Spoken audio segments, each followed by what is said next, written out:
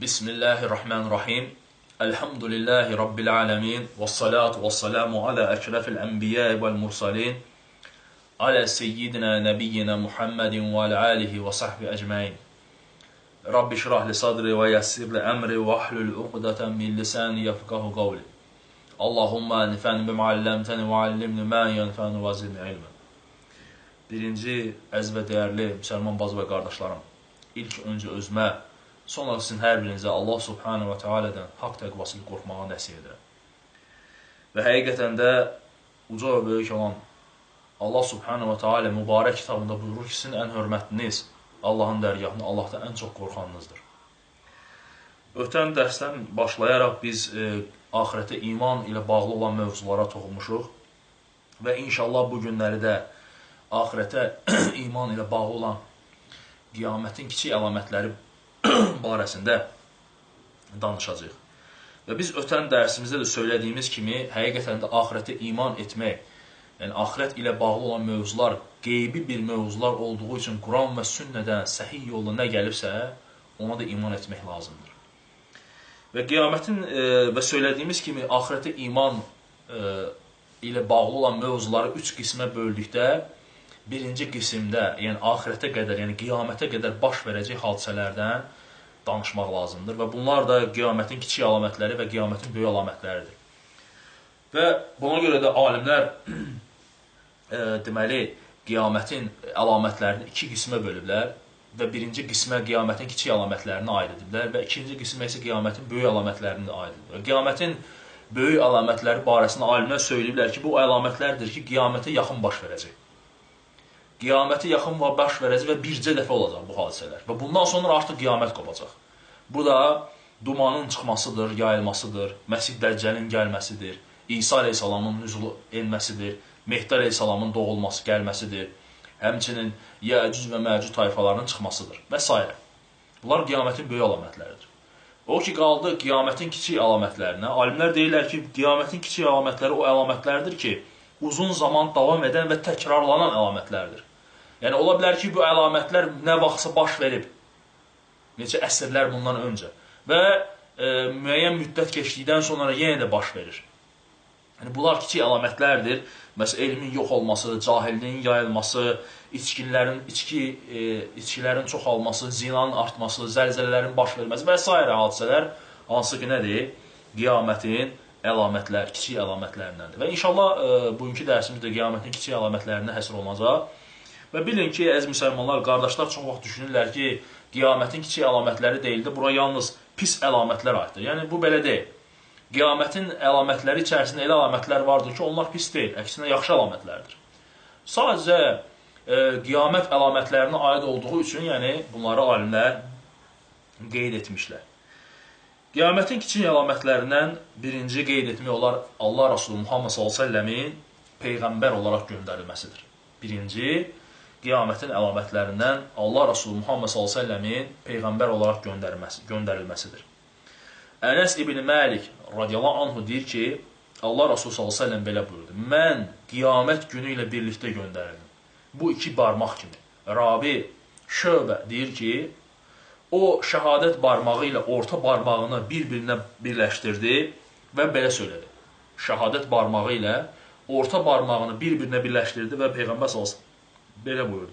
Onların bir-birinə olan üstünlüyü kimi. Yəni, hətta bu qədər məsafə qalır. Ona görə Peyğəmbər s.ə.v başqa hədisində nə buyurur? Deyir ki, mən qiyamət saatı ilə birlikdə göndərildim və az qaldı ki, o məni ötsün. Az qaldı ki, o məni ötsün, deyir. İmam Bəğavi rahiməhullah deyir ki, Peyğəmbər s.ə.v-in Allah tərəfindən göndərilməsi qiyamətin yaxınlaşmasına səbəbdir.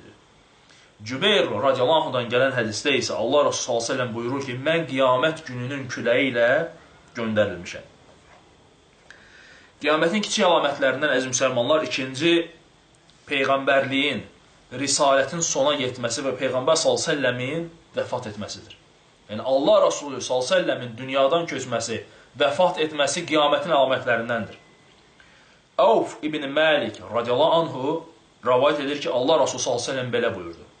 Qiyamət günündən öncə 6 hadisəni gözləyin. Və Allah Rasulü s.ə.v bu 6 hadisəni sayır. Hansılardır o 6 hadisə? Və onlardan biri də Allah Rasulü s.ə.v buyurur ki, mənim ölümümdür. Yəni Peyğəmbər s.ə.v buyurur ki, qiyamətdən öncə 6 dənə hadisəni gözləyin və onlardan biri də Allah Rasulü s.ə.v buyurur ki, mənim deyir, ölməyimdir deyir. Ənəs İbn Məlik radiyallahu anh deyir ki, Peyğəmbər s.ə.v Mədinəyə gələndə bütün şəhər deyir, sevinirdi deyir. O öldüyü gün isə bütün şəhər zülmətə qərq olmuşdur. Həqiqətən də Allah Rasulü Muhammed s.ə.v-in ölümü Peyğəmbər s.ə.v-i sevən, valideynlərindən, övladlarından çox sevən sahabələr üçün çox ağır bir itki idi. Qiyamətin kiçik əlamətlərindən əziz müsəlmanlar, 3-cü Beytül Məqdisin, yəni Qüdsün fəth edilməsidir. Qüdsün fəth edilməsidir. Yenə də Avf İbn Məlik radiyallahu anhudan gələn hədisdə, hansı ki Allah Rasulü s.ə.v buyurur ki, qiyamət günündən qabaq 6 hadisəni gözləyin və sahabələr soruşurlar ki, ya Rasulullah, bu 6 hadisə hansıdır? Və Peyğəmbər s.ə.v buyurur ki, Qüdsün, Yerusəlimin fəth edilməsidir. Beytül Məqdisin fəth edilməsidir. Ömər radiyallahu anhunun, tarixçilər söyləyirlər ki, Ömər radiyallahu anhunun xilafəti dövründə hicrətin 16-cı ilində Qüds zəbt olunur və orada bir məscid inşa edilir.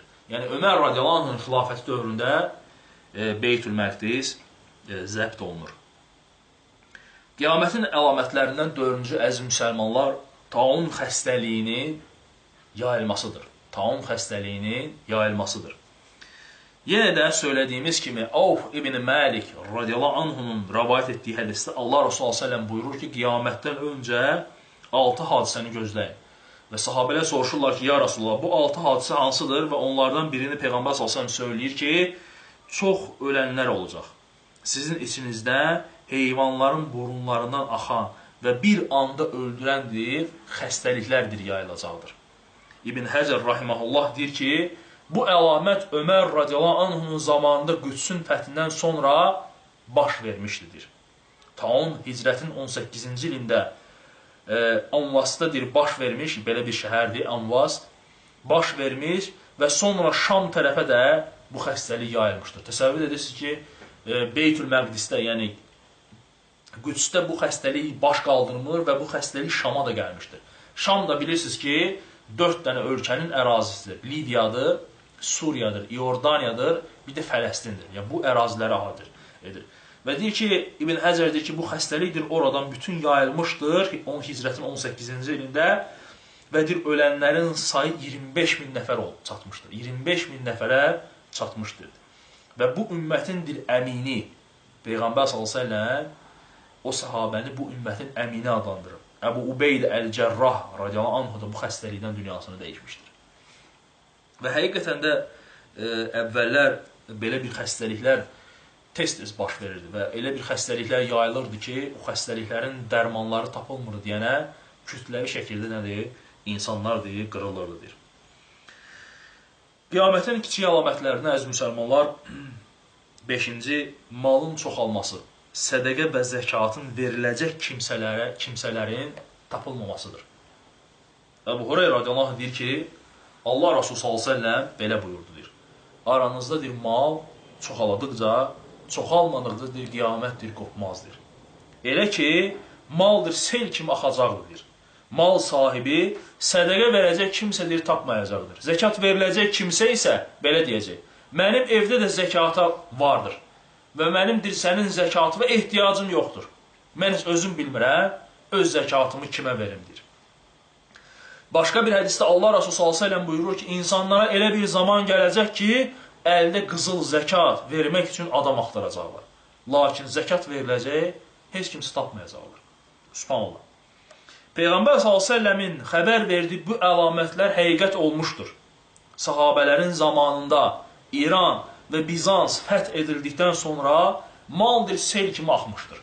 Osman radiyallahu anhunun xilafəti dövründə sahabələr deyirlər ki, mal o qədər yayılmışdır, o qədər çoxalmışdır ki, Ayşə radiyallahu anh deyir ki, biz sədəqə verməyə, zəkat verməyə adam tapmırdıq. Zəkat və sədəqə verməyə adam tapmırdıq. Və həmçinin də İbn Həcər rahiməhullah qeyd edir ki, Ömər İbn Abdüləzzin xilafəti dövründə də bax belə edir.